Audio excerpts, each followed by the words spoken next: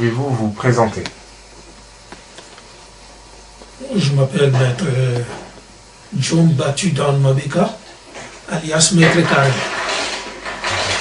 Vous êtes le créateur et fondateur du style Mukumbusu. Alors, en parlant du style Mukumbusu, qu'est-ce que le Mukumbusu? Le Mukumbusu, ça veut dire c'est un style de combat de rue, c'est un style sauvage, donc mi-homme, mi-sauvage. Donc c'est ça, les Mukumbusu. D'accord. Pourquoi et dans quel but avez-vous créé le Mukumbusu? Bon, j'avais créé le style Mukumbusu, vraiment, il n'y avait pas vraiment un but lucratif. Normalement, je l'ai créé pour distinguer un peu d'autres styles en Mukumbusu. Parce que d'autres styles, il y avait des combats un peu classiques, des combats réglementés. Mais le Mukumbusu, c'est un combat pas réglementé. Donc, c'est un combat sauvage. Que le meilleur gagne. D'accord. Et où a été créé le Mukumbusu? Le Mukumbusu a été créé à Kinshasa sur Epom. Epom, c'est-à-dire Sanjili, vers quartier 7. Que veut dire Mukumbusu? Mukumbusu, c'est un gorille. Donc, un gorille qui se bat, qui n'a peur de rien. Parce que quand on dit des Mukumbusu, Mukumbusu, c'est un gorille. C'est un gorille. Je l'ai choisi parce que cet animal-là, le Mukumbusu, il m'intéressait beaucoup parce que c'est un animal sauvage. Donc lui, quand il commence son combat... Tout ce qui peut arriver, il est toujours là. On utilise tout et on touche tout ce qui passe devant nous. Même s'il y a un bateau quelque part, je peux la récupérer et me battre. Parce que les gens peuvent se poser des questions, dire que mais comment ça se fait qu'un Mukumbusu qui se bat, qui essaye d'aller récupérer une pierre à côté, et nous c'était ça. C'est par rapport à ce que lui-même gorille faisait, parce qu'un gorille quand il se battait, il prenait tout ce qui était à côté de lui. Tu vois? Et nous aussi sur le style, c'est ce qu'on avait fait. On a instauré, même quand tu trouves, il y a une pierre à côté, tu vois que non, tu peux te défendre, tu récupères la pierre. Et si c'est un bâton, tu récupères le bâton, mais devant un Mukumbusu qui connaît tous ses... et qui connaît bien son style, il n'a peur de rien. Ou il tue, ou il te tue. Comment se passaient d'abord les entraînements? Ben écoute, au niveau des entraînements, ça se passait vraiment très bien, comme je t'ai dit tout à l'heure. C'était un sport qu'on faisait, c'est comme un sport militaire. Donc on faisait des entraînements, vraiment c'était trop dur, très dur. Il y avait du sang qui coulait au moins tous les jours. Ah, les entraînements Mukumbusu, ça se passait tous les jours et c'était très violent. Et c'était trop violent et on avait une journée qui était consacrée uniquement que pour le combat. Et c'était les journées de jeudi qu'on avait baptisé journée de sang. Les entraînements, vraiment, ça se passait vraiment dur en physique, dur en combat et vraiment c'était très sauvage. Donc pour pratiquer ce style-là, vraiment il faut avoir un cœur. Il faut avoir un cœur et puis il faut avoir la patience, il faut avoir aussi le courage. On faisait un entraînement vraiment très efficace. Donc tout celui qui est sorti ceinture noire à Mukumbusu, à Epom, ben je te dis pas, vraiment il est sorti dans un club vraiment bien formé. Comment se passaient les passages de grade cette fois-ci? Bon, les passages de grade, moi je les faisais en plein air. Hein. C'est pas moi qui disais que voilà, t'as réussi. On appelait le maître de tout le club. C'est pas que le maître de Mukumbusu. Donc on avait le grand maître Carré qui était là. On avait tout le maître qui assistait. Les gens qui venaient voir l'entraînement, les gens de rue. Parce que c'est les gens de rue qui disaient que bon voilà, lui là vraiment, il mérite d'être ceinture noire. Quand tu ne mérites pas, donc tu ne mérites pas. Tu ne peux pas porter le ceinture noire. Donc il suffit d'avoir le niveau et les gars méritaient la couleur de son ceinture.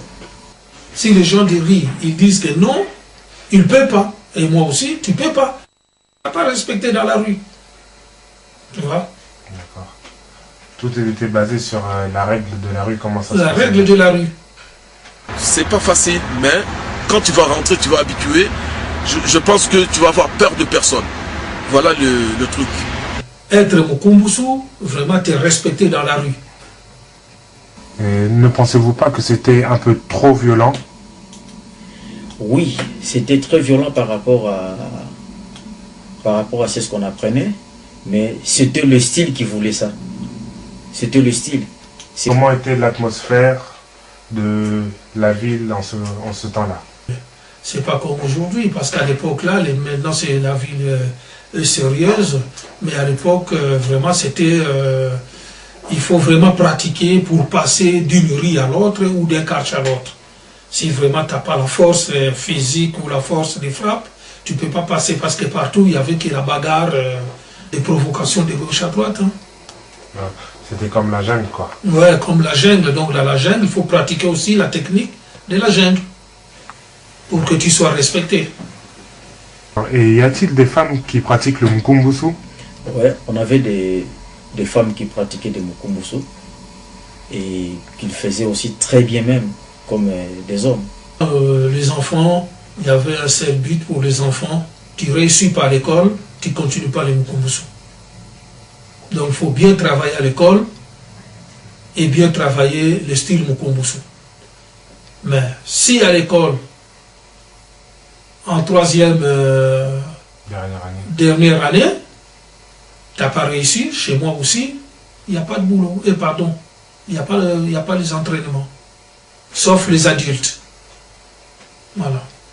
D'accord. Merci beaucoup. Donc c'était avant tout l'école. L'école et l'entraînement après. Mis à part le fait physique que le Mukumbusu apporte, niveau mental et spirituel, qu'est-ce que le Mukumbusu peut apporter à une personne? Le calme. Le calme. Parce que par rapport aux entraînements physiques qu'on faisait, si tu arrives à faire cela, ça nous apporte le grand calme. Tu verras que la personne change directement. Il devient calme parce qu'il est trop sûr.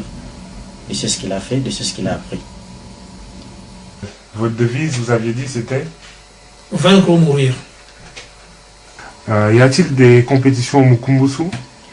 Normalement, sur Mukumbusu, à Mukumbusu, il n'y avait pas de compétition parce que tellement qu'on faisait la violence, qu'on pratiquait plus la violence.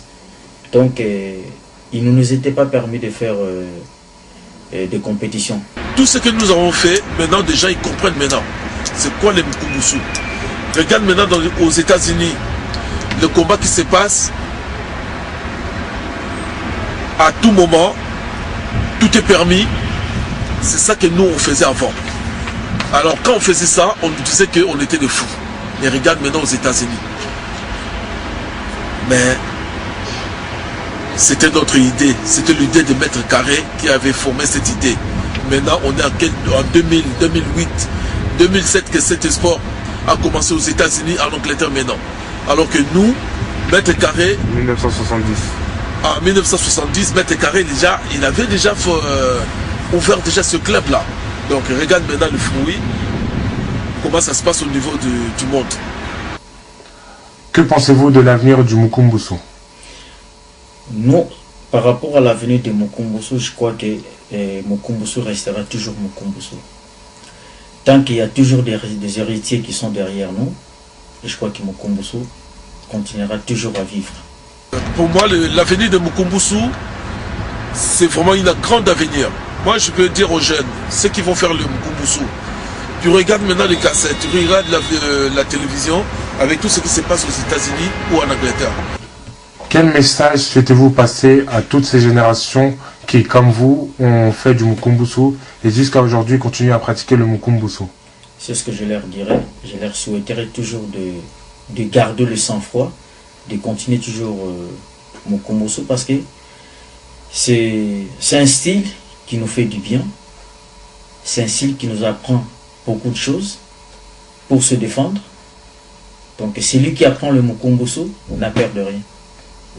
Donc il est là, il peut se défendre, même avec un groupe de 10 personnes. Donc il n'y a aucun souci. Parce que quand on se dit Mukumbusu, c'est quelqu'un qui peut se défendre toute seule sans qu'il y ait l'aide des autres. Pour ceux qui ne font pas du Mukumbusu, dernière question, et qu'ils aiment Je souhaite un jour qu'ils goûtent un peu, qu'ils voient, qu'ils s'entraînent un peu, même un mois pour voir qu'est-ce qu'est Mukumbusu, et après c'est lui de décider. Je sais qu'actuellement, le Mukumbusu est bien planté à Kinshasa, au Congo, en Afrique, en Angola, en Europe, au Canada, disons qu'en Europe, aux États-Unis aussi, comme on dit aux Amériques. Je veux que si mon histoire de Maître Carré, donc John Battu, que ça soit, donc je veux être un jour immortel, que les gens disent qu'il y avait un certain grand maître dans Mabeka, alias Maître Carré, c'est lui qui avait créé le style Mukumbusu. Donc je suis le seul maître, je suis le seul créateur et fondateur du style Mukumbusu. Et du clan Mukumbusu. Parce que la personne qui pratique le Mukumbusu, il est dans le clan Mukumbusu. Donc c'est comme une famille. Voilà. Une grande famille, quoi. Mm.